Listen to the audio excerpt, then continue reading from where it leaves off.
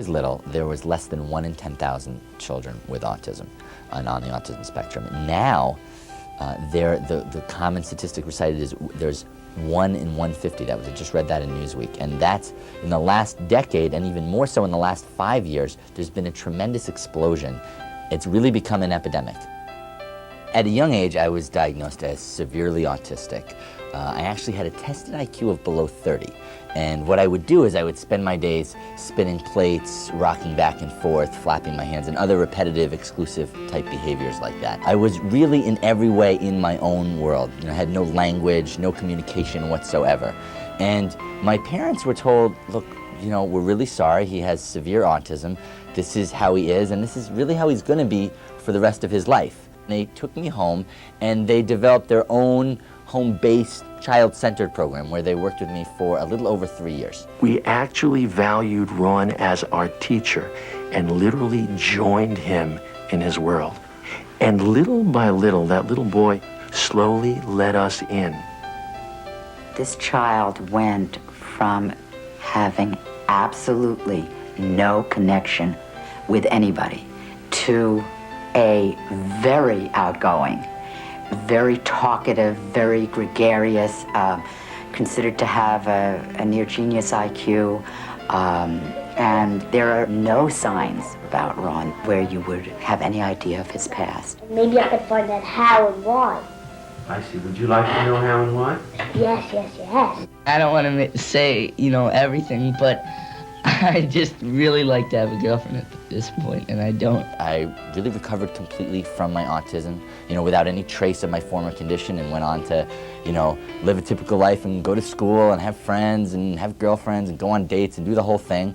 And then ultimately went on to graduate from Brown University with a degree in biomedical ethics. After my recovery, my father, who's an author, Barry Neil Kaufman, he wrote the book Sunrise, The Miracle Continues, and that detailed my story. And that book in 1979 was turned into a television movie, and that was seen by millions of people around the globe. Where do you go?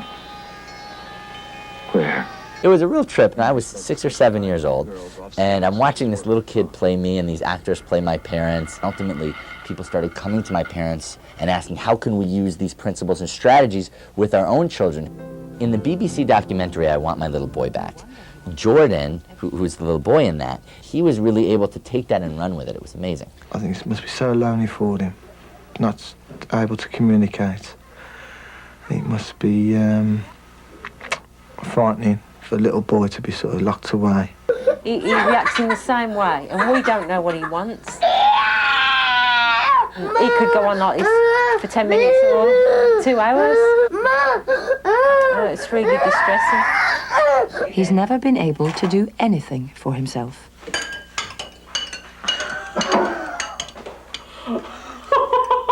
Touched it to see if it's hot enough. Jordan had never seen a microwave before they came to America.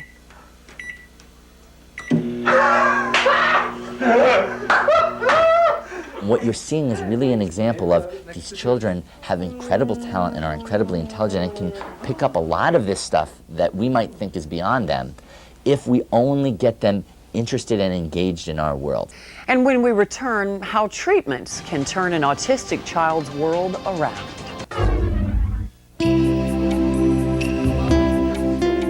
When I was autistic, I used to hide in the couch because we had this big sofa, and it was and it felt really nice because when you jump into it, there was it felt like it was sort of pitch black. So, and also what I liked to do was spin sticks.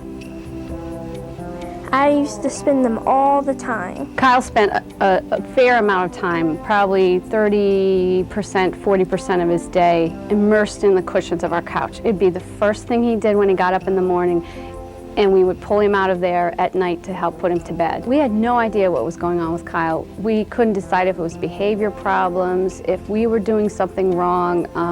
We just couldn't seem to connect with this child the way we did with our first child. Many of the children that we work with who are on the autism spectrum are highly, what you might call, overstimulated. It's like they're in a mall all day. So because of that, we have something called the Sunrise Program Playroom. They built this room, and I played inside the room basically all day. This room is a room where there's no control battles, where we're not saying, hey, stop, don't do that, I asked you not to do that. We're really saying, hey, this is your room. We find that this playroom is really, really key. We went to Sheffield, Massachusetts, and we were with an incredible group of people. We were with 40 other parents of children with autism, Asperger's, ADD, from severe autism to moderate autism, which is how we would describe Kyle's diagnosis.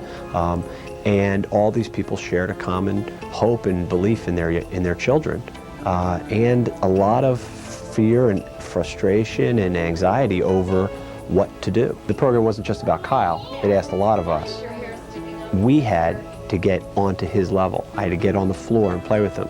Once we started the program, within a matter of months, we could see him start to react to us, start to look at us. He started to hug us, tell us he loved us, things that he had never been able to do before. Then he started to communicate with us. Then he started to show interest in friends, playing games, didn't have to win every game, didn't have to spin his sticks, didn't have to climb under blankets, didn't have to climb under the couch. And within a couple years, it became evident that he was going to become a fully normal kid. Ultimately, autism is, the way we see it, is really an interactional disorder, a disorder of relationships. These children have difficulty creating connections and relationships with the people around them. Me and Kyle Westphal are just examples of what these children are capable of.